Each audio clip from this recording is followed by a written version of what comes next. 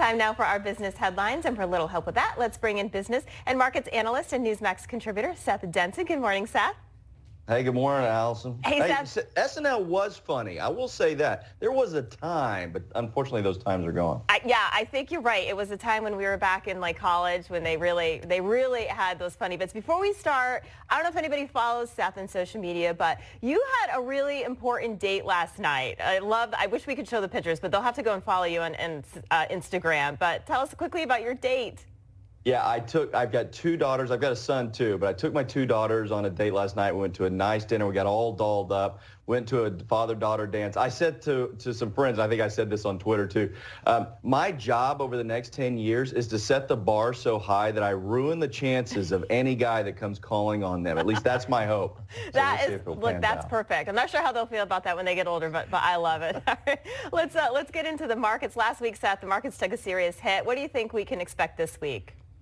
Yeah, I think the markets are going to be on edge this week too. I mean, it'll be interesting to see. You've got a lot of companies that are still going to be reporting their earnings from last year. You got some big ones coming up: Microsoft, Apple, Tesla. That could really turn the market. Although we'll see kind of where they turn out. You've got fourth quarter economic data coming out, and then you've got the Fed meeting. So this is, well, I hope it's not a perfect storm. I hope we get some good news out of this, but it certainly is going to keep the markets on edge this week. Yeah, no, I think you're right.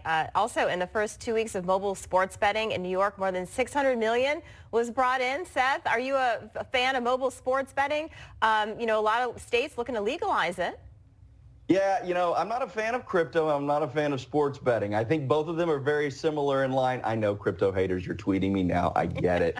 It's a thing, but it's just not my thing. I like to know where my money is going, and I like the data that goes into it. I enjoy watching sports betting and watching people take the chances. That's just not me. Yeah, I hear you. I can't imagine losing money like that. I'd rather spend my money on shoes.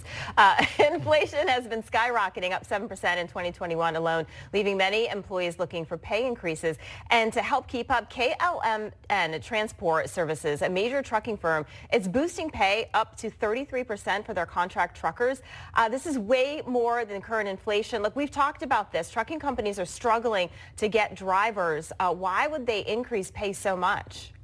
For that reason alone. Yeah. And when you talk about 7% inflation, Allison, you're talking about 7% average inflation. I went to the grocery store yesterday for our normal list of goods. I guarantee you the receipt was a whole lot more than 7% more than it was a year ago. And that's not just because of the amount of double stuffed Oreo cookies I bought, but it's really because when we look at overall inflation, the 7% is an average.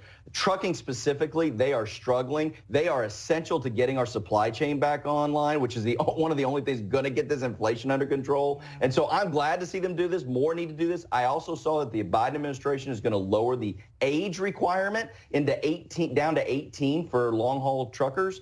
That's terrifying. But nonetheless, it may be necessary. Yeah, I know. It's hard to think of 18-year-olds driving big trucks like that. A hedge fund has offered Kohls $9 billion to buy the department store. Macy's recently announced that they're closing 125 stores. The market seems to be shrinking. What are your thoughts on this decision?